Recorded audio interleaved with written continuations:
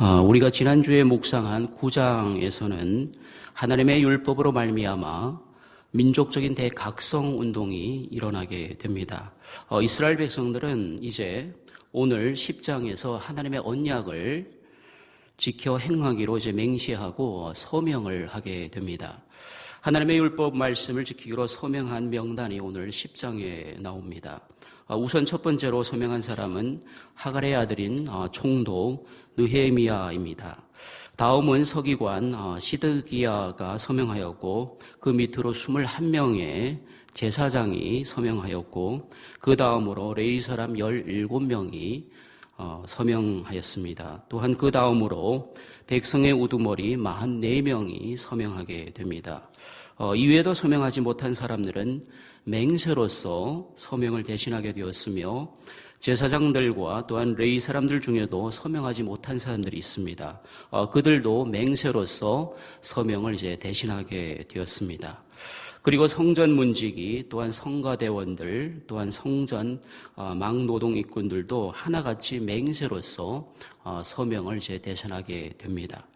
그 밖에도 이스라엘 땅에 사는 이방인들과 관계를 끄는 모든 이스라엘 사람들도 맹세를 하였고 이들의 부인과 자녀들도 맹세로서 이제 서명을 대신하게 됩니다. 무엇보다 율법에 따라 사는 것이 옳다는 것을 아는 사람들도 맹세로서 이제 서명을 대신하게 되었습니다. 또한 이들은 율법대로 살기로 약속하고 만일 지키지 않으면 저주를 받아도 좋다고 맹세를 하였는데 그것을 위해서 특별히 세부적인 행동 규칙까지 세워놓고 이제 맹세를 하게 됩니다. 그 세부적인 행동 규칙이 30절 이하에 나오는데 세 가지입니다. 첫 번째로는 이스라엘 땅에 사는 다른 족속들에게 자신들의 딸을 시집 보내지 않겠다는 것이고 또한 그들의 딸을 며느리로 삼지 않겠다는 것입니다. 두 번째는 이방인들이 안식일이나 다른 성일에 매매를 하여도 물건을 사지 않겠다는 그런 규정입니다. 그리고 마지막으로 세 번째는 7년마다 땅을 쉬게 하고 모든 빚을 탕감해 준다는 이제 것입니다.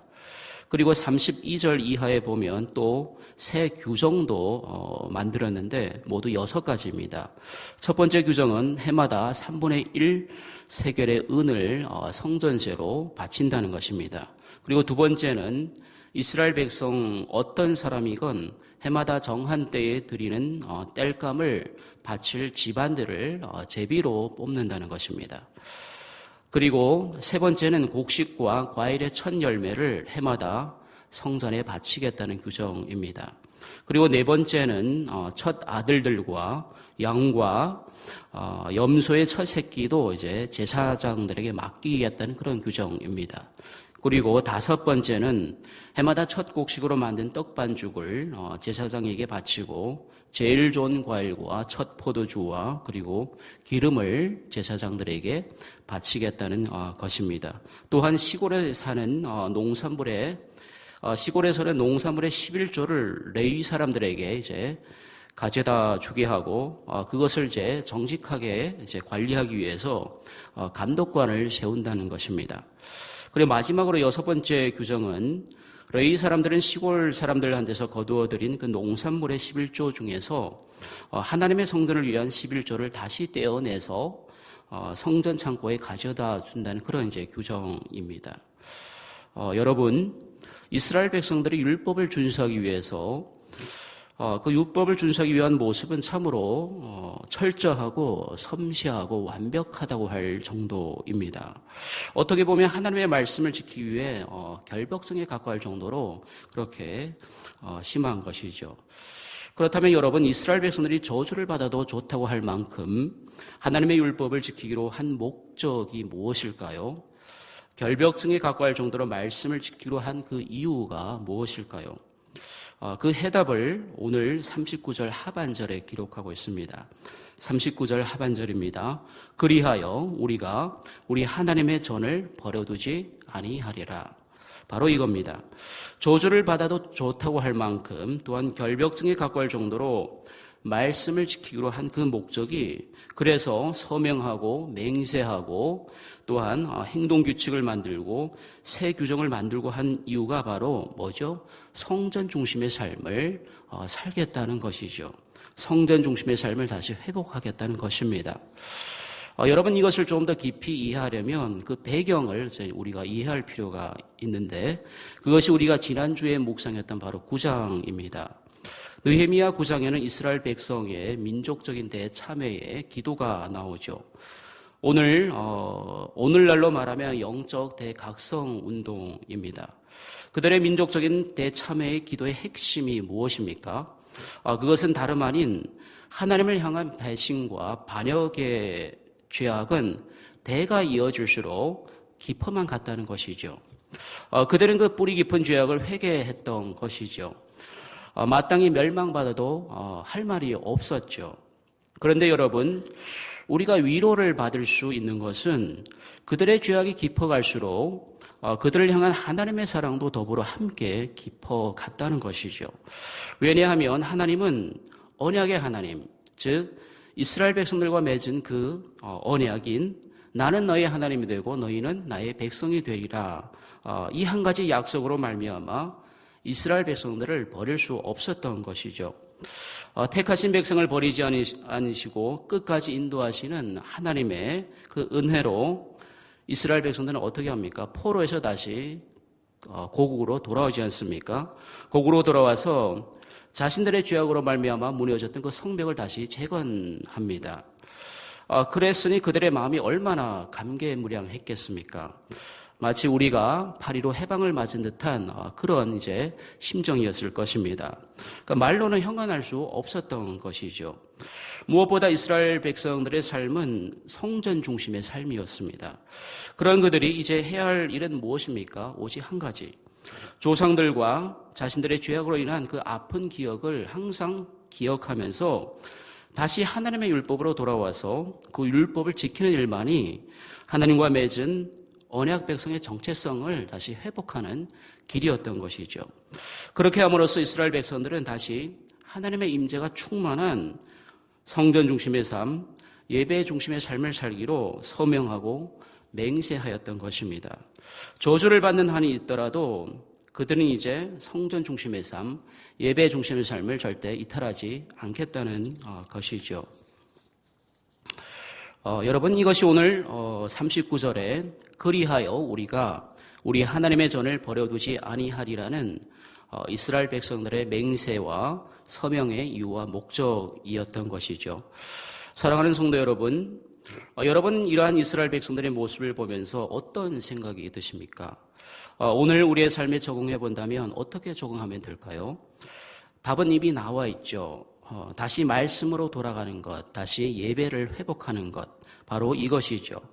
이스라엘 백성들이 뼛속까지 깊이 뿌리내린 죄악의 그 아픔을 딛고 다시 율법으로 돌아와서 성전 중심의 삶, 예배 중심의 삶을 회복하였던 것처럼 오늘 우리도 그들을 반면교사로 삼아 다시 말씀으로 돌아와서 예배를 회복하는 삶, 바로 그것이 필요하다는 것이죠. 그냥 우리가 습관적으로 읽는 말씀이 아니라 습관적으로 드리는 이 새벽 기도회가 아니라 또한 습관적으로 드리는 주일 예배가 아니라 예배의 주인이신 하나님을 만나야 한다는 것입니다. 나부터 다시 말씀으로 돌아가서 예배가 회복될 때 내가 밟는 그곳마다 하나님의 나라가 임하게 된다는 것입니다. 그것이 우리의 가정이든 또 우리의 주방이든 직장이든 그 어딘간에 하나님의 나라가 임하게 된다는 것입니다.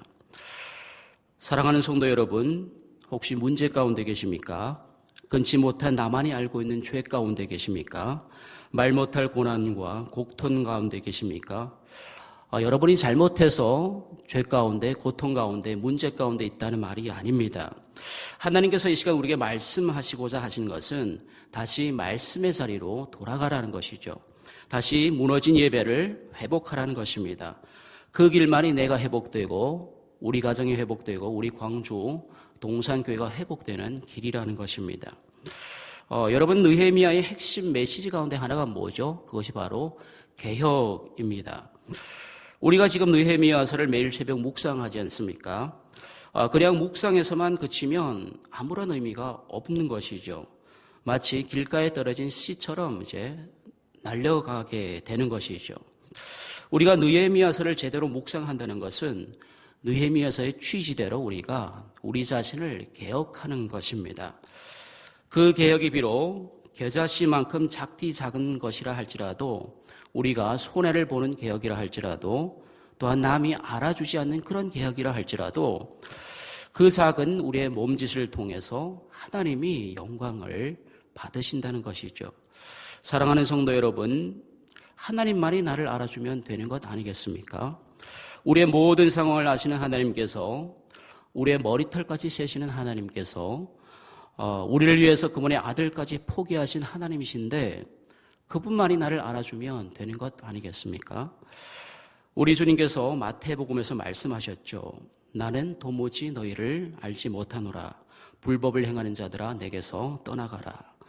여러분, 비록 겨자씨만큼 작디 작은 개혁이지만 그 작은 몸짓으로 이 땅에서 한 땀 한 땀 하나님의 나라를 엮어간다면 마지막 날에 착하고 충성된 종이라 우리 주님께서 알아주신다는 것이죠.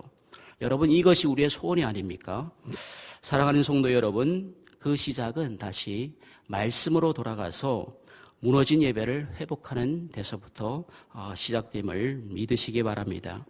그래서 오늘도 작은 겨자씨 같은 그 개혁의 바람이, 말씀의 회복이, 예배의 회복이 우리의 심령 가운데, 우리의 가정 가운데, 또 우리의 일터 가운데, 우리 광주 동산교회 가운데 일어나기를 축원드립니다.